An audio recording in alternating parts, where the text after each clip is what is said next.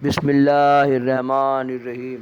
اللہم صلی علی سیدنا و مولانا محمد النبی الامی وعلیہ وصحبہ بارک وسلم صلاۃً و سلاماً علیک۔ میں سدا بہار اسلام سے مخاطب ہوں، اسوائے حسنہ شمس و قمر پارٹ بائی پارٹ ڈال رہا ہوں۔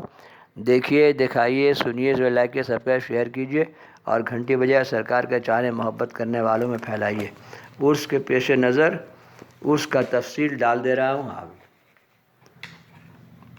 عرس، اللہم صلی علی سیدنا و مولانا محمد النبی الامی وعلیہ وصحبہ بارک وسلم صلاۃً و سلاماً علیک یا رسول اللہ صلی اللہ علیہ وسلم۔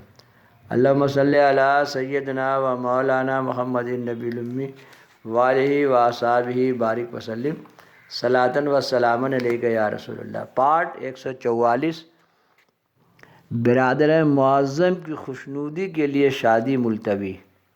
اللہم صلی علی سیدنا و مولانا محمد النبی الامی وعلیہ وصحبہ بارک وسلم۔ جن دنوں اعلیٰ حضرت غوث بنگال علی رحمہ پٹنہ کے مذکورہ حجرے میں گوشہ نشین تھے اور دنیا مافیہ سے اکثر بے خبر، اسی دوران حضور قمر العارفین نے اپنی پہلی نسبت کا سامان محلہ خانہ باغ کی برادری میں کیا۔ یہاں تک کہ تمام سامان مکمل ہو گیا، بحیثیت نوشہ آپ غسل کے تختے پر آ چکے تھے اور اپنے پرائے میں خوشی منائی جا رہی تھی۔ اتنے ہی میں چند حضرات جو بارات کے لیے مدعو تھے آ گئے۔ وقت میں کچھ گنجائش دیکھ کر حضور غوث بنگالہ کے حجرے میں بغرض نیاز داخل ہو گئے۔ حضرت والا نے ان لوگوں سے دریافت فرمایا، آج آپ لوگ کہاں تشریف لائے ہیں؟ ایک صاحب نے جواب دیا کہ حضور کو اس کا علم نہیں ہے کہ آج چھوٹے حضور کی بارات خانہ باغ جانے والی ہے، ہم لوگ اسی میں شرکت کی غرض سے آئے ہیں۔ بس کیا تھا، سخت چراغپا اور برہم ہو گئے اور فرمانے لگے، کیا ظفر اس سے واقف نہیں ہے کہ حضرت والدہ ماجدہ خانہ باغ والوں سے خوش نہ تھیں؟ باپ رے باپ۔ اللہم صلی علی سیدنا و مولانا محمد النبی الامی وعلیہ وصحبہ بارک وسلم صلاۃً و سلاماً علیک۔ وہاں اپنی نسبت قائم کی، میں ہرگز اس نسبت سے خوش نہیں ہوں۔ چھوٹے حضور غسل کی چوکی پر بیٹھے ہوئے اعلیٰ حضرت کی تیز و تند آواز کے ساتھ ناراضگی کو سن رہے تھے۔ کچھ سوچ کر بغیر غسل کیے چوکی پر سے اٹھے اور اپنے کمرے میں داخل ہو کر پرانی شیروانی پہن لی اور باہر روانہ ہوئے۔ کسی نے دریافت کیا تو جواب ملا کہ ابھی آتا ہوں۔ لوگوں نے سمجھا کہ کسی ضرورت سے باہر گئے ہیں، ابھی آ جائیں گے، مگر حضرت گئے تو گئے۔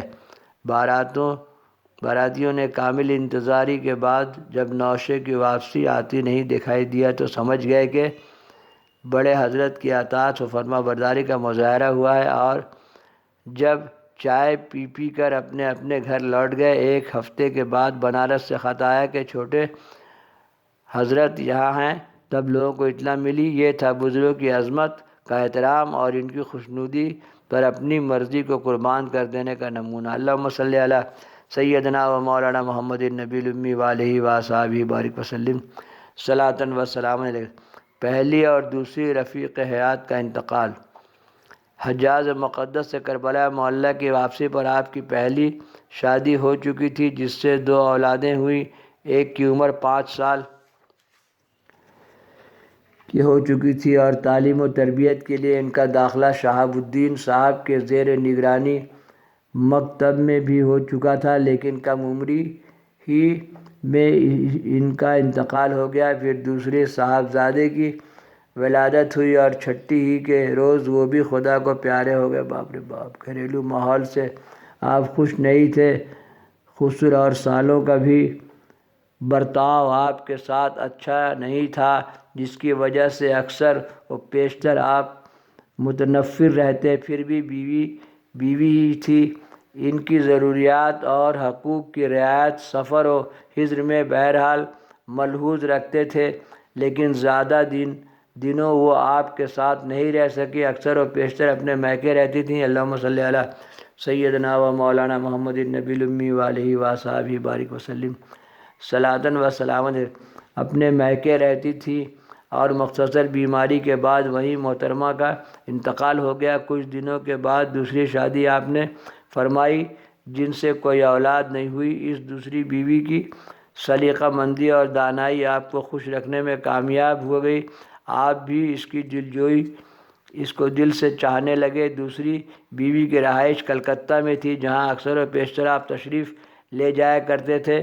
27 رمضان المبارک کو حضور غوث بنگالہ کے فیوض و روحانی سے مالا مال ہو کر رانی گنج سے تشریف لائے۔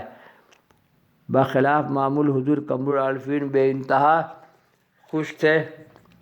کسی وقت چونک جاتے اور خوشی غم کے پردے میں روپوش ہو جاتے کہ 28 رمضان المبارک کو دوسری بیوی کا انتقال پرملال کی خبر کلکتہ سے موصول ہوئی۔ بتقاضائے بشریت آپ کو اثر پذیر ہونا پڑا۔ 29 کو عید کا چاند ہوا لیکن آپ کے چہرے سے از محال کی کیفیت دور نہیں ہوئی۔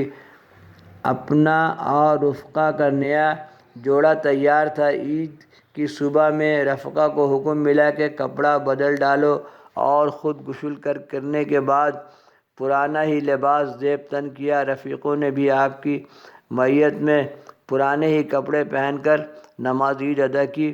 بعد نماز مغرب قوالوں کو حاضری کا حکم ہوا۔ بعض احباب مانے ہوئے تو آپ نے فرمایا قلب پر اثرات غم کا ایک بوجھ ہے، اس کا اخراج ضروری ہے۔ قیمتی قطرات اشک کیوں ضائع ہو جائیں، اس کو اچھے مصرف میں خرچ کرنا چاہیے۔ اللہم صلی علی سیدنا و مولانا محمد النبی الامی وآلہ وصحبہ بارک وسلم۔